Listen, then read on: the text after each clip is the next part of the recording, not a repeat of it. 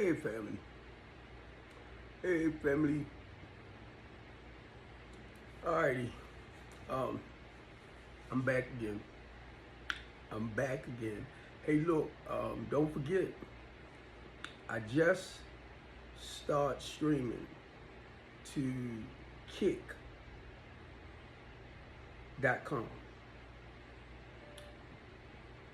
When I go live at 6, it streams over there as well. I stream to LinkedIn as well. So y'all know I do TikTok, Twitter, Twitch, 3 of my Facebook pages I stream to. So, and let me see. You know, YouTube, all of the major ones that we can live stream to. Now, most of my stuff, family, is basically educational purposes only, okay?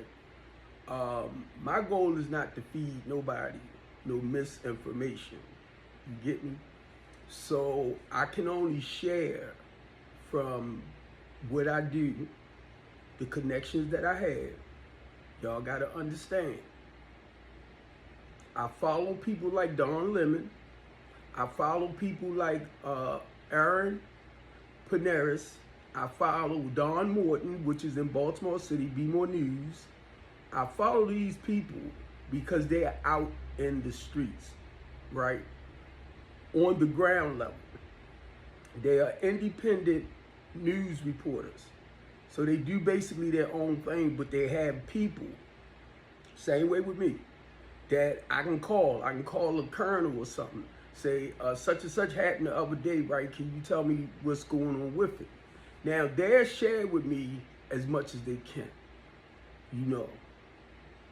And when I say that, sometimes I'll get a little bit more news compared to your average individual. Because every time I talk with them, I announce myself to them. I let them know I'm Steve Copeland. I'm a member of Communities United. I let them know I'm a member of the ACLU. I let them know that I'm part of the Innocent Project, you know, so that way they got an idea who they talking to. You get me? And that way, when I do open up my mouth to talk about certain things, I have some news to give back. And I try my best not to give nobody misinformation, because this is a talk show. Now, I said it, family, where like teens can come to, all right? I did this with the Be More's Real Teen Talk Show. And when I started that show, and I shared it on another clip, when I started that show, I had children coming out at the house where I was at, my business. In the dining room was my recording area, right? So I would have children come out. Something happened where I had to let it go for a while. But the goal is now to start that up again. I'm talking about our children being able to talk about where they at, what's going on with them. A lot of y'all might not like it, which I don't really care. And don't take it wrong, because there's a lot of young people out there getting raped, getting molested, getting abused. And they feel like, you know, well, you know, most of them have been threatened not to tell certain things. But anyway, they feel like don't nobody want to hear it. And then nobody gonna do anything about it. So that's why when y'all hear me talk, this is where I'm going at. So God have a tendency, right? God have a tendency of letting me look at my past, how I was able to come through and survive. So what I look like, having recovery information, or having information or steps that a person can take to improve their lives. What I look like, not working with people like that. Helping them change the quality of their lives. Helping them live today in a peaceful mind state.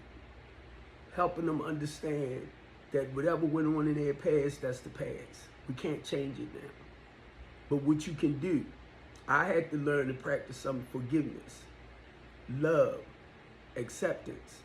I had to let go of that anger, that fear, that defense that I had up, that wall. I had to let it go. But guess what? From time to time, it might pop up. You get me? It's life. So if you're dealing with depression, 9 times out of 10, if you're dealing with depression, it's something from the past that you brought in the here and now. And I know you didn't mean to. Sometimes it just comes. And then it's how you deal with it. We might sit back and think about somebody, right? A loved one that we lost 10 years ago, 20 years ago, 30 years ago. And if you're feeling that pain in the here and now, it's okay. It's not something that comes and stay. It don't stay. It'll come. I was getting ready to say, it'll come and haunt you, right? But that's what it feels like. But then when I say that pain comes, that hurt, that shame, that guilt, those abandonment issues. You might feel abandoned because we lost that loved one. Like my mother, she passed away when I was 26. I don't know who my father is. So I'm left, you get me, basically by myself. So now, sometimes I feel abandoned. But then when I recognize it for what it is, I have to accept the fact that it is, God dang it, this sounds so simple, don't it? It is what it is. Let it go, Steve. Let it go. Because I can be hurt about a lot of stuff. But I don't have to let it wear me down.